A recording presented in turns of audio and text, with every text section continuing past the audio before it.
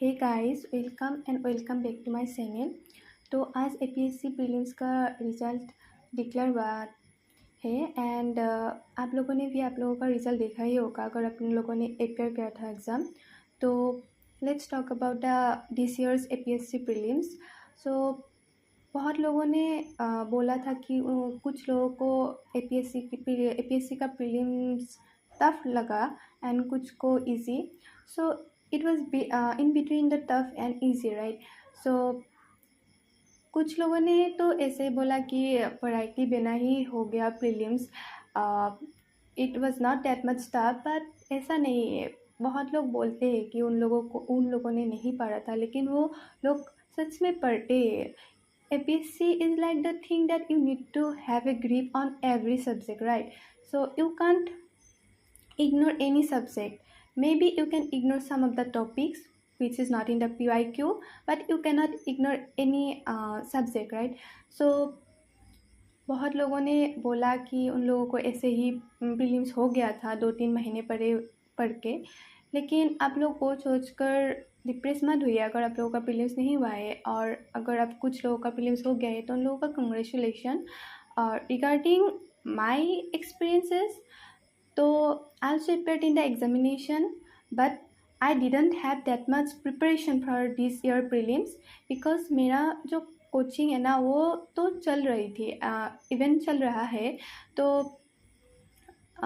Before prelims I didn't have knowledge about overall all subjects.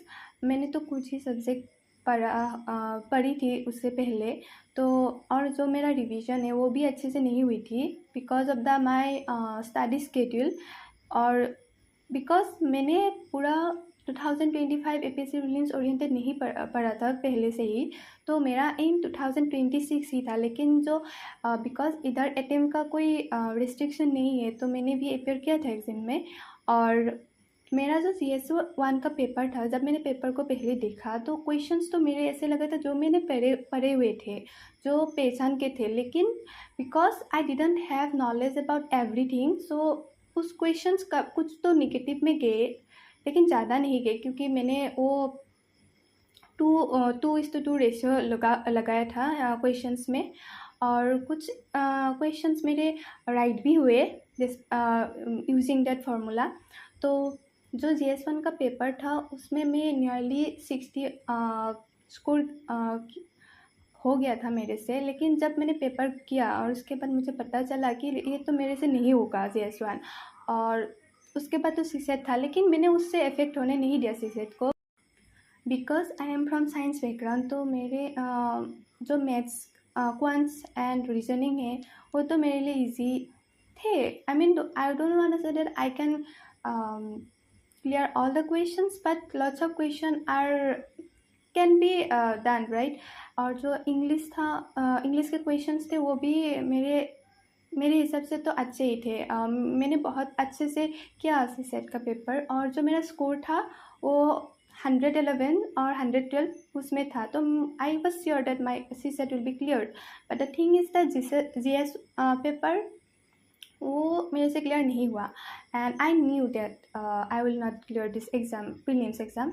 सो उसके बाद मैंने mains oriented नहीं पढ़ा था, और because mains oriented means for specific mains oriented, right? Because when you prepare for APSC examination, first you need to have knowledge about all the foundation courses, all the subjects, and then you do your prelim study, main study, and interview, right?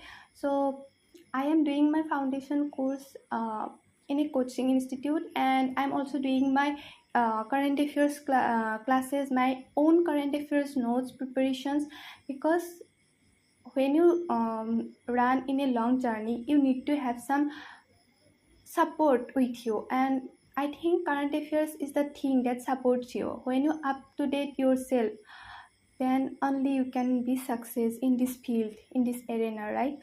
So I am preparing for that, and it's been 10 months in this journey, and I hope that next year examination prelims will be cleared by me.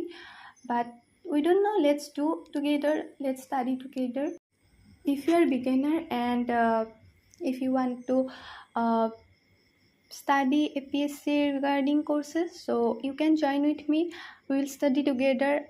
I don't have that much experience to give you regarding the exam, but there is the thing is that I have been doing also my own preparation, so at least I can help the beginners who want to study or who aiming to join this service, right? So that's it for today. Thank you for watching.